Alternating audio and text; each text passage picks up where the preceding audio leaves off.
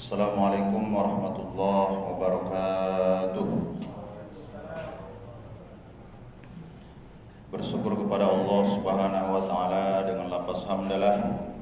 Alhamdulillahirabbil alamin. Bersalawat kita kepada Rasulullah sallallahu alaihi wasallam biqaulin Allahumma shalli ala sayyidina Muhammad wa ala ali sayyidina Muhammad. Assalamualaikum ya Rasulullah. Bapak Ibu jamaah salat fardu zuhur yang dimuliakan oleh Allah Subhanahu wa taala. Masuklah kita ke materi selanjutnya, yaitu rukun jual beli. Apa maksudnya? Unsur yang harus terpenuhi ketika transaksi jual beli itu dilakukan. Ini sangat penting untuk pedagang, begitu juga untuk pembeli. Yang pertama, subjeknya ada penjual, ada pembeli.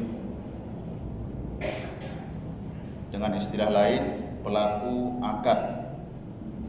Yang kedua, objeknya ada 3. Yang pertama, barang, jasa, dan alat tukar. Yang ketiga, sighar. Apa itu sighar? Pernyataan akad yang dilisankan atau dituliskan. Nah, yang dilisankan atau dituliskan ini disebut dengan ijab dan qabul. Selanjutnya ada juga sighar itu tanpa dilisankan dan tanpa dituliskan. Ini dinamakan dengan bai'ul mu'athah. Pertama dan kedua insya Allah kita dalam penerapannya tidak ada kendala. Yang ketiga ini sighar. Sighar itu yaitu pernyataan baik secara lisan ataupun tulisan dari penjual atau yang pembeli. Ini mungkin dalam prakteknya sangat jarang nih. Misal, Ustadz Karim sebagai penjual, dia menjual madu. Nah, ketika misalnya ada orang yang membeli, itu harus ada ijab qabulnya. Begitu menurut pendapat Imam Asy-Syafi'i. Kalau itu tidak dilaksanakan, maka jual beli itu batil, tak sah.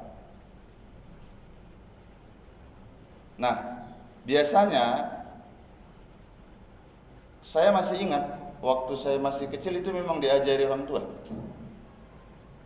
Dengan lapas gambarnya seperti ini. Saya beli misalnya sekarung beras dengan harga Rp50.000 tunai. Seperti itu. Bagi kita yang bermazhab Imam Asy-Syafi'i. Bagi kita yang bermazhab Imam Asy-Syafi'i. Maksudnya bagaimana? Terkadang ketidaktahuan, ketidakpahaman mengenai sighar ini, kita terkadang mengatakan kita berpendapat sesuai dengan pendapat mazhab Imam Asy-Syafi'i. Di dalam pendapat mazhab Imam Syafi'i, salah satu rukun jual beli itu harus ada ijab dan qabul. Kalau tidak, itu tidak sah. Seperti itu. Nah, lalu bagaimana dengan konteks kita yang saat ini? Kalau di istilah pasar ada 2, ada pasar tradisional, ada pasar modern. Kalau kita ke pasar-pasar modern, itu sama sekali kita tidak ada temukan lagi misalnya yang dilafazkan seperti itu. Bicara pun tidak ada, paling senyum.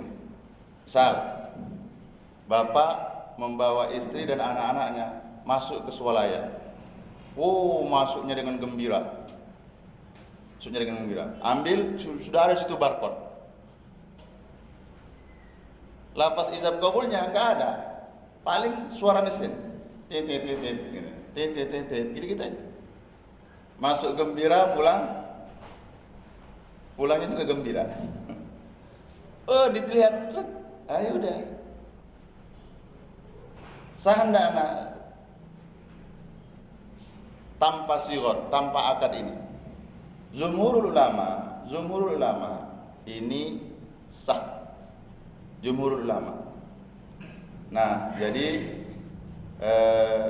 tapi ini perlu kami sampaikan kepada bapak-bapak, khususnya para pedagang, tolong diperhatikan.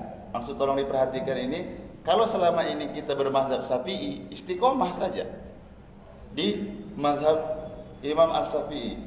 Kalaupun tidak tahu, inilah pengetahuan baru untuk kita bahwa ada mazhab yang lain yang membolehkan seperti itu. Dirata-ratakan mengenai syighar ini, semua kena. Insyaallah besok materi yang besok, salah satu syarat pelaku jual beli itu harus baligh. Nggak terkontrol nih. Yang membeli di situ apakah dia belum lagi baligh, masih mumayyiz. Jadi ini saja yang ingin kami sampaikan. Kami ulangi lagi, rukunnya yang pertama yaitu ada subjek, penjual dan pembeli. Yang kedua objeknya bisa berupa barang, jasa dan alat tukar. Yang terakhir yaitu sighar. Mudah-mudahan ada hikmahnya. Kita tutup majelis yang mulia ini dengan ucapan hamdalah. Alhamdulillahirabbil alamin. Subhanakallahumma wa bihamdika asyhadu an la ilaha illa anta astaghfiruka wa atubu ilaik. Assalamualaikum warahmatullahi wabarakatuh.